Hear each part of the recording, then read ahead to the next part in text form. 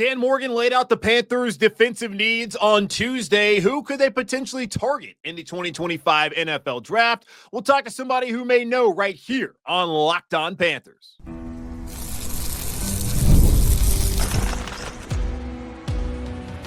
You are Locked On Panthers, your daily Carolina Panthers podcast. Part of the Locked On Podcast Network, your team every day. Welcome into another edition of the Locked On Panthers podcast, the part of the Locked On Podcast Network. I'm your host, as always, Julian Council, talking Carolina Panthers with you every Monday, Tuesday, Wednesday, Thursday, and yes, of course, Friday, your team every day. That's our motto here on the Locked On Podcast Network. Thanks for watching the show here on YouTube and listening wherever you listen to your favorite podcast. Be sure to follow me, Julian Council, over on Twitter at Julian Council, where on Fridays throughout the offseason, and I'm right here answering your weekly Friday mailbag questions. So this is what you got to do. Either at me or DM me over on Twitter. You can also hit me up on Blue Sky, also at Julian Council, to get your questions in for tomorrow's edition of the weekly Friday mailbag right here on Locked On Panthers. And on today's episode of Locked On Panthers, considering that the NFL Scouting Combine is going on in Indianapolis, we should talk to a draft expert. So we're going to talk to one of Locked On's own draft experts in Damian Parson. He's one of the hosts of Locked On NFL Draft, also covers the NFL Draft for Bleacher Report. Going to talk to him on today's show to get thoughts on the Panthers' top needs. Dan Morgan laid him out on Tuesday, so we'll ask him what he thought about that. Players that could fit Carolina at safety, at corner, at edge, defensive line, and maybe even offensively if there's a receiver out there who could make sense for Carolina. So we'll talk about the Panthers draft strategy. Now we are 2 months away, inside 2 months away from the 2025 NFL Draft up in Green Bay. We'll talk about all that and more here on Locked On Panthers with Damian Parson in just a moment. All right, back here on Locked On Panthers, as promised, one of the hosts of the Locked On NFL Draft podcast and also covers the NFL Draft for the Bleacher Report, Damian Parson. Follow him on Twitter, X, whatever the hell you want to call it, at DP_NFL. Damian, how you doing, man? I'm good, man. I'm good. You know, it's a draft season, combine week. It's always a fun time, man. Absolutely. And for you, it's a special time. You were telling me before we started recording that you just had your second kid 2 weeks ago, and that's why you're right now talking to me back home and not at the combine. So it's a busy time for you because it's not like, you got NFL draft going on, but also you got 2 kids, man. So you're probably not really sleeping right now. Not really, but I'm used to it. I'm used to not getting much sleep during draft season anyway. Yeah, well, I'm happy to talk with you today about what's going on with the Panthers as I look at this offseason, especially the way that they ended off the season with Bryce Young solidifying himself as a starter again in 2025, and we'll see if that's going to be beyond. I think right now, certainly trending that way, and what they're able to do offensively around him by getting Xavier Legette last year, Jalon Walker as a UDFA, and what Chuba Hubbard did, and offense, but the offensive line as well, that's set up for success moving forward. But defensively, a lot of questions, but I still feel like when you have your quarterback in place that you have a chance in this league, and this is a very important offense or offseason for Carolina to get things right on the defensive side of the ball. So just looking holistically at this Carolina Panthers team, what needs do you feel like they have heading into the draft? Because we haven't had free agency yet. That's coming in 2 weeks. But looking at the draft right now, what needs do you think are fairly obvious for this Carolina Panthers team? I think you said it, defense, right? You know, the edge rush position and interior defensive line. Those are the two top needs defensively. And, of course, a true wide receiver one. While you have the young guys with Xavier Legette and Jalon Walker, you could upgrade that wide receiver one position and put those other guys into their specific roles, where Xavier Legette could be the number 2, the outside receiver, or Jalon Walker can step into, in my opinion, the best role for him is walking into the shoes of Adam Thielen as that power slot, being that timing and rhythm receiver that Bryce Young can absolutely grow with and get the ball out, first down, second down, especially on those third downs, be able to move the chains. That's what Jalon Walker is going to be able to do. Get to those spots with timing, with pacing, and be exactly where Bryce needs him to be on in time and on rhythm. So I think those are the 3 biggest needs. The edge is legitimate. After you trade away Brian Burns, you signed Jadeveon Clowney. There was a lot of hope that DJ Johnson, after they traded up for him 2 drafts ago, would become one of the contributors, but they need to find a new edge. They need to find that guy. I always talk about it like this. It's the same thing with basketball. Fourth quarter, we need a bucket. you need to have a guy. If you don't have a guy in the NBA to get the bucket, you're not going to score typically. And it's the same thing on third downs when it comes down to defense. You need that edge rusher, that Von Miller, that Myles Garrett, TJ Watt, those guys. That bucket getter on third downs where it said, listen, it's 3rd and 8 against the Tampa Bay Buccaneers and the game is on the line for the NFC South Division. Do we have a guy that we can isolate one-on-one with the tackle and go get the quarterback? Right now, the Panthers don't have that guy. I think this draft has some guys that can fit that role. Yeah, and I'm not surprised that that's a big need. And quite honestly, we go back to just over a year ago, back in March, on that first day of the league negotiating period, when Carolina made that trade with New York to send Brian Burns away. I looked right then and there. It's like, okay, well, we know next year during draft season, that's going to be the number one priority for this team. And yeah, they sound Clowney. I thought he was fine. I mean, if you thought Jadeveon Clowney was going to go out there and have 9.5 sacks again or have double-digit sacks, you're lying to yourself. He's never been that guy in the NFL, quite honestly. DJ Wonnum, nice pickup, but he had the blood clot issue that had him out for a while. And I think he can be a solid rotational guy, but still, you got to upgrade there. And DJ Johnson, I mean, I've heard that some people in that building, and who are no longer around, had a 6th-round grade on that guy. And for whatever reason, he's here in Carolina's a 3rd-round pick. So that's just not going to happen. So I agree with you, man. They got to get an edge rusher. They got to get a closer, I mean, like you're talking about there. And I keep seeing Jalon Walker out of Georgia as a top guy. Every time I look at these mock drafts at 8, Carolina's going with him. What is special about him that makes you feel like he could make sense for Carolina? Or is there somebody else there at 8 that you think makes more sense for Carolina when trying to address that edge rusher spot? Man, Jalon Walker has the makings of a guy that can be 9 to 11 sacks a year, right? Okay. That first step quickness, the bend of the power, the long arm. And I think I quote him, or I comp him to the Tasmanian devil. Like his energy, his burst, the things you can't teach. You can't teach want to from a guy. He plays with that fiery mentality that even if his first initial move doesn't work, he still keeps working to the quarterback. And you want guys like that. But also the ability to play off-ball backer, Shaq Thompson not, being brought back or re-signed right now as well. That could create a potential hole or a void that you need to fill.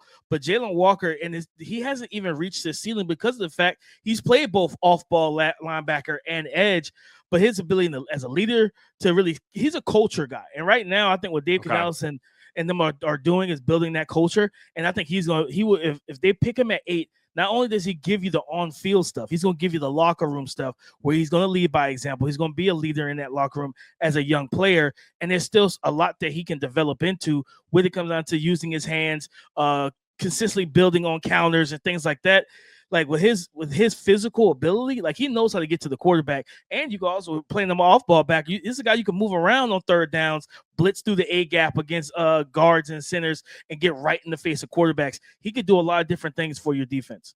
Yeah, and I'm glad you brought up the off-ball linebacker aspect of it, because I didn't really think about that. I've been so laser focused on the fact that they need purely an edge rusher, and he can provide that to Carolina. Like you said, could be a 9, 10, 11 sack guy eventually. And yeah, Shaq Thompson was told on Monday that he's not going to be a Carolina Panther, probably told before that, but Carolina let it be known. And I laughed on Tuesday when Dan Morgan, when speaking at the Combine up in Indy, said that he was sad that Shaq wouldn't be back. It's like, bro, that was your decision. You're the one who told him he couldn't come back. So like, what are you talking about? You're sad. But I understand what he's trying to say. He also said he was excited about Trevor Wallace, the 3rd-round pick out of Kentucky, who had to start once Shaq went down with that Achilles tear. So he's coming back. You got Josie Jewell as well. The out in his deal is not until next off season. So it feels like at least that linebacker in 2025, they're set up. But down the road, potentially, if they do take Jalon Walker, all right, Josie, you're gone. Slide Jalon in right there. And also you can use him. He can be a 3-down backer, can play in the interior there, or you can mix it up, whatever you want to do as far as a pass rusher on those later downs.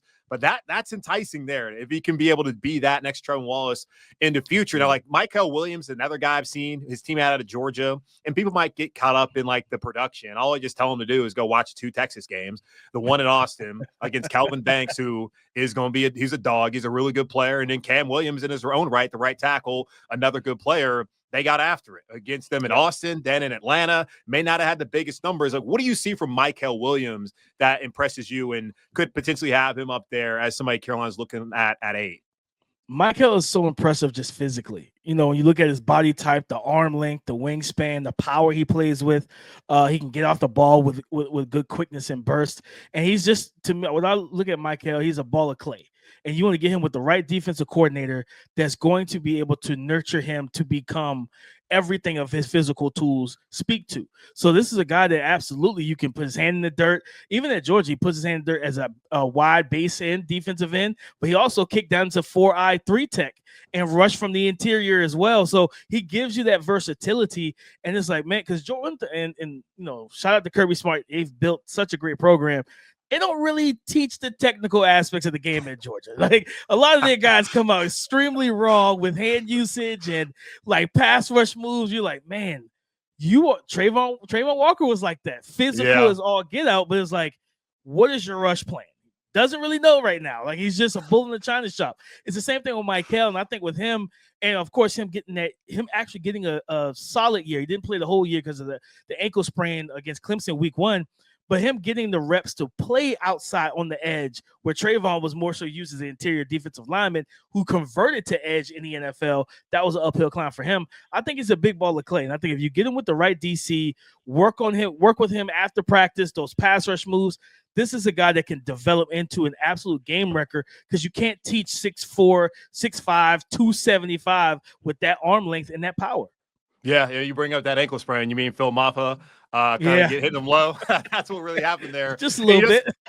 It's kind of funny to you. You talk about, they just put him out there. It's kind of like that Harold Perkins plan that LSU had him on his freshman year. All right, this dude's extremely raw, extremely talented. We just got to get him on the field and go chase. And, eventually you got to learn how to play the position. Now, different kind of prospect there in Perkins, who we'll talk about, I'm sure, next year in 2026. But, Georgia's had a lot of good players come out, and we saw with the Eagles, you got 3 dudes right there. Put it on a poster right there at Sanford Stadium. Let everybody know you want to come to Georgia, win national championship. You can also go win a Super Bowl too once you get you to the league. So Mykel Williams, Jalon Walker, 2 guys we're certainly looking at. Let's take a pause here. Come back and you talk about the interior. It was a mess last year. Now Derek Brown coming back helps out, but still, they got to find a nose tackle. Let's talk about some guys that might fit that mold here coming up here on Locked On Panthers.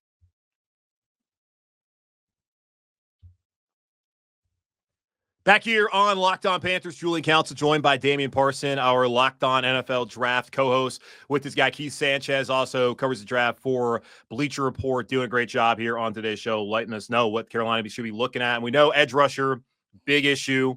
That was created by Carolina, not wanting to pay Brian Burns. And y'all can argue amongst yourselves about the $30 million. We've been talking about it here on the show, but that's over and done with. I do think that DJ Wonnum could be a decent rotational guy. Clowney, he'll be back next year. Expecting the exact same, good stop and run, not going to be a game wrecker on the outside, on the edge. But looking at the rest of this defense, like defensive line, Derek Brown missing 16 games and really playing the majority, I'm sure, of that Saints game on a torn meniscus. Like that was huge for Carolina. They gave up 3,000 yards rushing for the first time in franchise history, had the worst scoring defense in the history of the National Football League. Things I never thought I would see a Carolina Panthers defense do. They did in 2024. Now DB comes back. A'Shawn Robinson, I think, played well enough to come back and be in a starting role. Shad Tuttle, whether you want to cut him or rework that deal, he can't be a starter at that nose tackle spot in 2025. So looking at this defensive tackle draft, who is the guy that's the top one in your mind who could potentially be a fit for Carolina? Maybe if not an 8, if they decide let's trade back into the teens to get somebody. Oh, Kenneth Grant. That's the first guy come off the board. Talking about getting a nose tackle, the interior defensive line, 6'3", 340 pounds. I remember when he went to the Shrine a couple weeks ago, one of my guys out there texted me. He was like, I just saw Kenneth Grant in person. Yeah, no, this is a grown man. He was like, this is not 340 pounds with a soft midsection. He's like, no, this is a grown man. He's strong, he's physical, and he's going to be a playmaker at the next level. And I think with him, that ability to gap, to contain gaps and play with power and strength at the line of scrimmage, move centers. I always talk about defensive linemen, reset the line of scrimmage, like be able to reset line of scrimmage, but also keep your linebackers clean. And as you talked about with Trevin Wallace potentially being one of the stars, him and Josie Jewell, you had a Kenneth Grant here at the nose tackle position Maybe you bring back Ashawn, you get Derek Brown back. You got guys that can play gap control on the defensive line. Now your linebackers can flow. I always go back to how Ray Lewis was able to be so great. When you got Haloti Ngata eating 2 blocks, sometimes 3, now you allow your Hall of Fame linebacker to just go ahead and make plays. And when you have guys that just develop at that position, it speaks to it. So I think Kenneth Grant, if they were to trade back from 8, 100% think Kenneth Grant should be one of the guys that they absolutely look at to put on the interior of this defensive line. Tyleik Williams out of Ohio State, 6'3", 227, 230, somewhere in there. A guy that played the 0, the 1, 2-eye, and even 3. And he's physical himself at the point of attack. Really good hands to disengage from blocks, and really just that power to push guys backwards. And we know how much quarterbacks don't like that.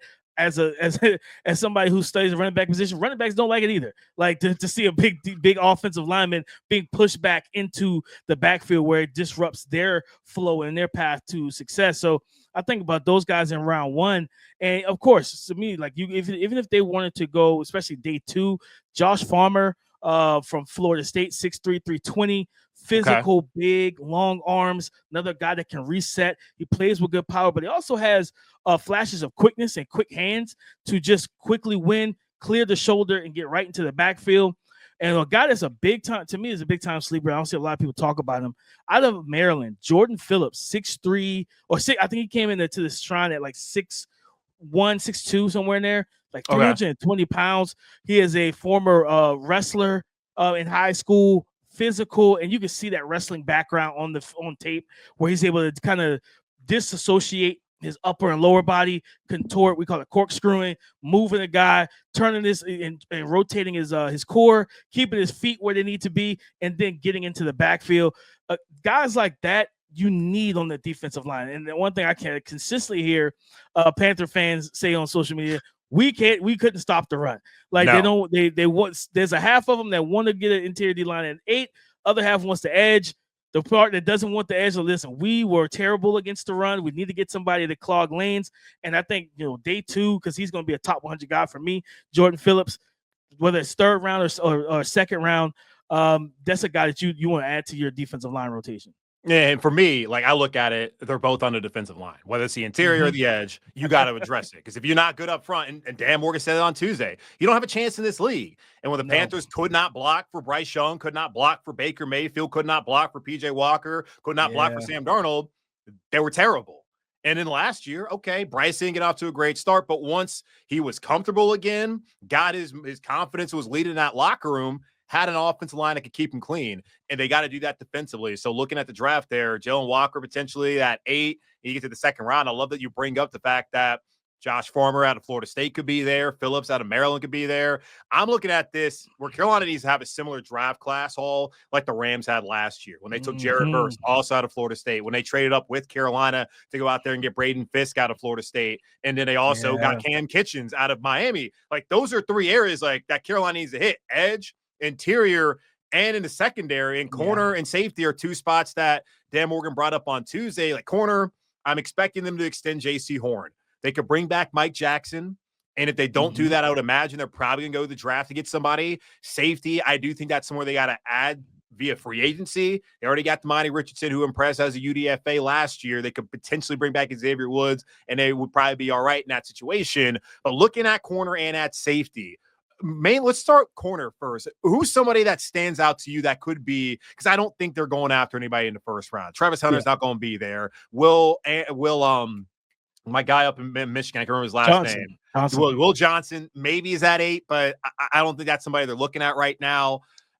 We're looking like day 2, like 3rd round kind of guy. Who would make sense to you? You would think there, and that's late 2nd round, early 3rd round kind of situation for Carolina at corner.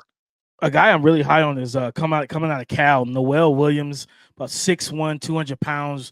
Again, we talked about like building a culture. Like this is a physical corner. You watch the battles with him and Elik Ayomanor, the big receiver from Stanford. He is out there just trying to beat guys up. He's going to fight in the run game. He's going to shed blocks. He's going to tackle. But in the passing game, this guy can play man coverage and zone. He's really good passing things off. He's really good at baiting quarterbacks into bad throws as well, where you think, okay, he's playing zone. He's going to take the slant, and we got the corner route backside, or we want to run smash concepts, and he's the flat guy. No, like he's going to show you one thing, and he's got the range and ability to play that half man technique where he's playing between the smash concept. And this is a guy that's he's got good ball skills. He sees the ball well. He can play press man. He can play off, just scheme versatile. And I think the combine is going to be big for him to just run and kind of cement himself and stamp himself as one of those guys on day 2 that you need to add to your cornerback room. Of course, I think one of the better cover guys in this class, Maxwell Hairston. I believe he's like 6 foot, like 185. He reminds me a little bit of Dante Jackson, and kind of that smaller, slimmer build, but just quick-footed, a guy that's athletic. He can mirror and match guys well, but also take the ball away. He can play off coverage, and he likes to play off because then he gets to bait you into those smoke screens, those quick hitches, and he's got that trigger downhill to jump it, catch it, and then take it the distance. So you're talking about adding another playmaker that not only can cover well, but could potentially create turnovers. Him and Noel Williams. Noel being a bigger package, a bigger body guy. But then you think about having him and JC, 2 tall, longer arm, physical guys that both can deal with you think about Tampa Bay and Mike Evans and, different things like if you move Mike Evans away from JC, you're trying to get him on a guy that can't handle him physically. Well, if you put a Noel Williams, yeah, of course he's a rookie. He will be a rookie, but he has the physical strength and the ability to not be overwhelmed by the wily veteran, potentially Hall of Famer whenever he calls it done over in Tampa. So I think about those 2 guys on day 2 for sure. When you're like, hey, this would be a good fit for us. If he falls, the word is that he's going to be good to go by camp. Siobhan Revel out of ECU. ECU guy. Yeah. 6'3", 200 pounds. Watch his tape. Yeah, he's physical. Like he fits. He looks like those old Legion of Boom corners is with Seattle Pete Carroll had. Tall, long arm, really physical at the line of scrimmage. He can run with you, but also he can play cover 3, zone, and stuff like that. He's good with one of the things I appreciate with him is his ability to turn and look for the ball. That's one thing it's hard to teach guys to stay in phase, vertical, be patient, read the receiver. When he looks, you look. And then you look for the ball and go make a play. He did only play like 3 games this year. I think he had 2 interceptions in the 3 games he played. This is a guy, torn the ACL. If he's good to go, and if teams let him slip down the board and fall into day 2, I wouldn't be opposed to moving up to go get him, because then you get yourself another island boundary corner to pair with J.C. Horn. Yeah, and look at the scheme that Ejiro Vera runs right now. He doesn't travel J.C. Horn. A lot of fans get upset about that, say, why would you not do that? It's like, okay, well, different concepts for different folks, man. So if they can get somebody like Ravelli you bring up, because the Legion of Boom thing, that sticks out to me, because when Scott Fitter was a GM here, he came from Seattle. Dan Morgan spent time with him in Seattle. Of course, Dave Canales was in Seattle for a long time. Now it's offensive side of the ball, but still, like, there was a mold, and Carolina's been trying to get that mold of a type of corner. Mike Jackson, who they traded for, came from Seattle. So that would make a lot of sense there when you talk about the ECU guy, Siobhan Revel Jr., who is coming off that torn ACL. That's going to be something Panther fans want to hear about after Jonathan Brooks. Difference in tearing it in September and tearing it in November. So he actually probably should be ready to go by training camp, depending on how things play out. But that's a good look at corner. Safety, I still feel like that's something they got to address free agency. So probably not a draft priority for them. But let's come back, because wide receiver, we're kind of on the same page there when you started out talking about that. Let's talk about that real quick after we get here in just a moment on Locked On Panthers.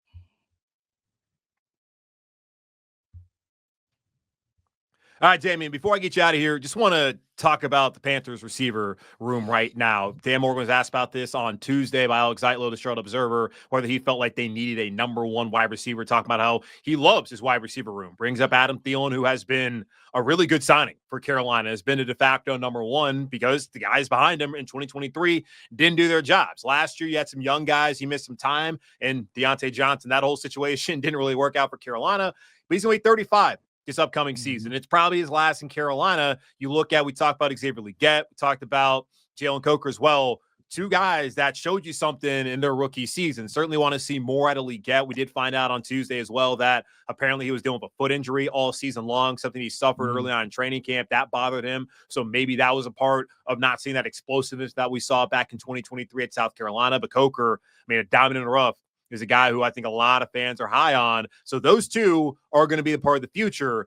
But I didn't love, quite honestly, moving up into the first round to get Legette because I just didn't see it with him being a number one receiver. And you're taking a guy in the first round, that's going to be like your top receiver, you would think, down the road. And of all the guys that got drafted in the first round, who can you say he's going to be better than moving forward? Because it's not going to be Malik Neighbors. It's not going to be Rome Odunze. It's not going to be Marvin Harrison Jr. It's not going to be Brian Thomas Jr. It's not going to be Xavier Worthy probably. And Ricky Pearsall, man, got shot last year and had a better season. So I'm not trying to hate, but I'm just looking at it and I'm asking these questions like, who is he going to be better than? So I think he's better suited as a number 2, and people got to adjust their expectations. But Carolina's got to get number 1. And I'm looking at this receiving draft. I don't know if there's those guys in this class. Like, obviously Hunter, but he's not going to play receiver full-time, we're guessing. He's probably going to be a full-time corner. So who are you looking at potentially? Like, if they want to get somebody at 8, if they think they can get somebody in the second round who can maybe be that, who are the receivers that kind of jump out to you in this draft class? Of course, at 8, Tatora McMillan out of Arizona, the 6'5", 215-pound wide receiver, has that build like a Drake London, a Mike Evans. He's a smooth operator, big catch radius, good route runner, sinks his hips extremely well for a tall, long leg receiver to drive out of the breaks. And the ball skills, arguably, the only guy that really rivals him is Travis Hunter in terms of ball skills. That back shoulder fade, the 50-50 ball in the red zone, being able to go up and I always talk about just being able to play as a power forward. And he's built like that. And it's like, this is a guy, me and Keith always talk about on 3rd and 5, we're in the middle of the field, we're driving, 4th quarter, I need that slant. Can you get that slant for me? I look at Tatora McMillan as that guy that can win that slant, win that comeback, that hitch route, things of that nature. Testing is going to be big for him. We'll see if he does all the drills and does the athletic testing, because that's going to be, if he hits 4.5, you're good, right? Like, if he hits sub 4.5, you're really good. You really feel great about that at 6'5", 215 if he comes out. But he's on Bruce Feldman's combine freak list, a guy that we expect to jump high. His vertical is legitimate, and he also gives you versatility where if you want to start moving Coker around and Xavier Legette around, he can move into the slot, be that power slot as well, and get him on a 5'9", 5'10" nickel corner. Bryce is taking that. He's taking that matchup 9 times out of 10. Where it's like, okay, I know exactly where I'm going with this ball if you guys don't bracket him. So I think he's the type of guy. He's built kind of, his game is built like that possession receiver, that traditional possession receiver, similar to a Marvin Harrison, where the athleticism, they're not going to be dynamic like a Malik Neighbors or maybe even a Luther Burden to that extent, because their body types are different. But their ability to win a variety of ways with the ball in the air and with route running and size and physicality, it's there. So I think he's one of the true guys that you can feel good about that. And then, again, if this team, I'll keep saying it, call up Cincinnati and say, listen, what do you want for Tee Higgins? That's what I've been saying, man. That's what, and I saw T tweet out on Tuesday night, Cap. So I'm like, what's going on? Because the tweet before that, he said, I'll let y'all know first. Yes. And in the next tweet, Cap. So what's going on? Somebody's putting out some lies that he's not appreciating. And it's like, at the end of the day, they're talking about paying Jamar Chase $40+ million. You already paid Burrow. Burrow wants you to pay Trey Hendrickson. Since you don't have a well of money that's just unlimited, you're going to have to cut ties the same way you did with Jesse Bates, and he went to Atlanta. You might have to come to grips with, we got to let Tee Higgins go, because you don't have enough money, enough cash flow to pay that much money to 2 receivers and the quarterback. I think Carolina's 100%. I'm not giving them 8. I don't feel comfortable with that. I'm not giving them 8, but I'm calling them and say, all right, second round, maybe a additional pick in 2026, which is most people suspect to be a better offensive draft class all around, wide receiver, quarterback, all that type of stuff. Yeah, 100%. I'm calling them and say, hey, what do you want for T? Go ahead and pay. Listen, Panther fans have gotten on me like, we don't want to pay him $30 million. And I'm like, listen, you got to pay somebody. Like, if you want, you can't say you want Bryce Young to They don't want to pay anybody, bro. They don't want to pay. They want to pay Brian Burns. They don't want to pay anybody. No, you got to pay somebody, man. That's the thing too. Like, because that's a great point. Like, I'm not giving them 8. Like, okay, Brian Burns was the number 1 free agent last year, and he also plays edge rusher. I would think is a more premium position than wide receiver. Like, we can argue, but I think it is. Yeah. And he got $30 million. Carolina got they got a 2nd round pick and 2 5s. So it was one of those 5s was a pick swap. So if that's all you gave up that's all you got for Brian Burns, you're not giving up 8 to go out there and get Tee Higgins. So, that's been what I've been saying, man. I've been talking about that for like 2 years up here. Like, let's watch what's going on with Tee Higgins. If I'm Cincinnati, I'm Duke Tobin, and we know notoriously that's been a cheap-ass organization. Yes. I'm not paying Tee Higgins until I pay Jamar Chase because he's the best receiver in football. Either him or Justin Jefferson. Don't really care. It's those top 2. I'm not paying T until I get that figured out. So we'll get that figured out. So they're going to pay him like $40 million. They're going to pay Jamar Chase. They say they want to make him the highest paid non-quarterback, and that's north of 35 into the $40 million range. If you hit that mark, and that you got him, you got Burrow paid, you're going to have, and I think they paid Orlando Brown when they brought him over through free agent. Like, they've paid a lot of guys. And you still got to pay your best defensive player because your defense was terrible last year if you're Cincinnati. So no, you can't just walk out there and pay T. If I am Dan Morgan, I am calling them. I'm like, hey, Dave, are you comfortable with this? Because I want to go ahead and be as aggressive as possible and just give Bryce another vote of confidence that we have in you, that we're willing to give up a high 2nd round or a day 2 pick, that premium pick, to bring you another weapon, a big time weapon that then can pull. He's got a gravitational pull. Tee Higgins at 6'5" will have a gravitational pull a safety, give Xavier Legette one-on-one, give Jalen Coker, Adam Thielen one-on-one, lessen the load in the box for Chuba Hubbard in the run game. Also, they need to go ahead and draft another running back with Jonathan Brooks tearing another ACL. This is the running back class to do it. Yes, you be aggressive and you go get Tee Higgins. Okay. Yeah. Hey, man, you speak my language. I've been talking about this, so I'm glad that you're on the same page as me. Go get T. I just think it makes sense. What you get, you got to get a top receiver, and I just don't see it in this draft class. Yeah. Maybe down the road, but you can only wait so long. Help out Bryce, and we'll see, man. Defensively, got to get that thing figured out. But Damian Parson, check him out on Twitter at DP_NFL. Check out his podcast, Locked On NFL Draft with Keith Sanchez, wherever you listen to this podcast, and on YouTube, of course. And check out his work also over on Bleacher Report. Again, man, congratulations on child number 2. Get some sleep. I know it's not going to happen until May, but appreciate you taking some time today, man. No, I appreciate the invite, brother. Absolutely. That's going to be it for Locked On Panthers. I'll talk to y'all on Friday as well. Our weekly Friday mailbag. At me, DM me on Twitter at Julian Council, or hit me up on Blue Sky as well. See y'all Friday.